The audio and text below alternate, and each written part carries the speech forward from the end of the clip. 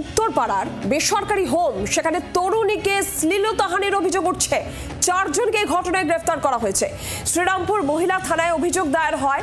ধৃতদের মধ্যে নবগ্রাম পঞ্চায়েতের প্রাক্তন তৃণমূল সদস্যও রয়েছে বলে জানা যাচ্ছে। উত্তরপাড়ার বেসরকারি হোমে তরুণীকে শ্লীলতাহানির অভিযোগ।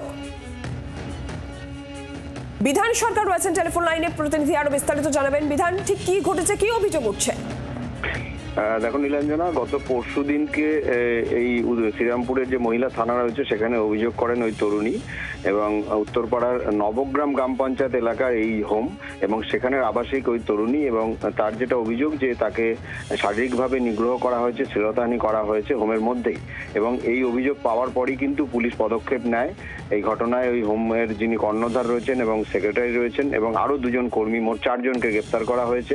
আজকে শ্রীরামপুর আদালতে তাদের পেশ করা হয়েছে এবং এই ঘটনা নিয়ে কিন্তু রাজনৈতিক চর্চাও শুরু হয়েছে। কারণ এই গ্রেপ্তার যারা হয়েছেন তাদের মধ্যে একজন রয়েছেন নবগ্রাম গ্রাম পঞ্চায়েতের প্রাক্তন তৃণমূলের সদস্য, এবং অঞ্চল যে সভাপতি রয়েছেন তৃণমূলের অপূর্ব মজুমদার, তিনি জানিয়েছেন যে ওই তরুণী কিন্তু এর আগেও তাদের পার্টি অফিসে এসে ওই হোমের বিরুদ্ধে অভিযোগ করেছিলেন এবং তখন তারা তাকে পুলিশে গিয়ে অভিযোগ জানাতে বলেছিলেন। এটা বেশ কিছুদিন আগের ঘটনা। তারপর এই ঘটনা সামনে এসেছে এবং যার বিরুদ্ধে অভিযোগ মূলত সেই অজয় চট্টোপাধ্যায়, তিনি তৃণমূলের প্রাক্তন সদস্য এবং তিনি বর্তমানে সক্রিয়ভাবে তৃণমূল করেন না বলে যদিও দাবি করেছেন অঞ্চল সভাপতি। যদিও ওই অঞ্চলে যারা বিজেপি এবং সিপিএম এর নেতৃত্ব রয়েছে তাদের যেটা দাবি যে সক্রিয় তৃণমূলের কর্মী অজয় চট্টোপাধ্যায়, এবং তিনি কিছুদিন আগে যে নবগ্রামের যে সমবায় নির্বাচন হয়েছে সেখানেও তিনি তৃণমূলের হয়ে অংশ নিয়েছেন, সেখানে তিনি সদস্য হয়েছেন।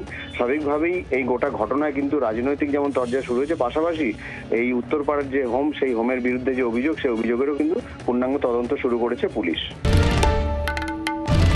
বাংলার আওয়াজ, বাঙালির আবেগ, জি 24 ঘন্টা।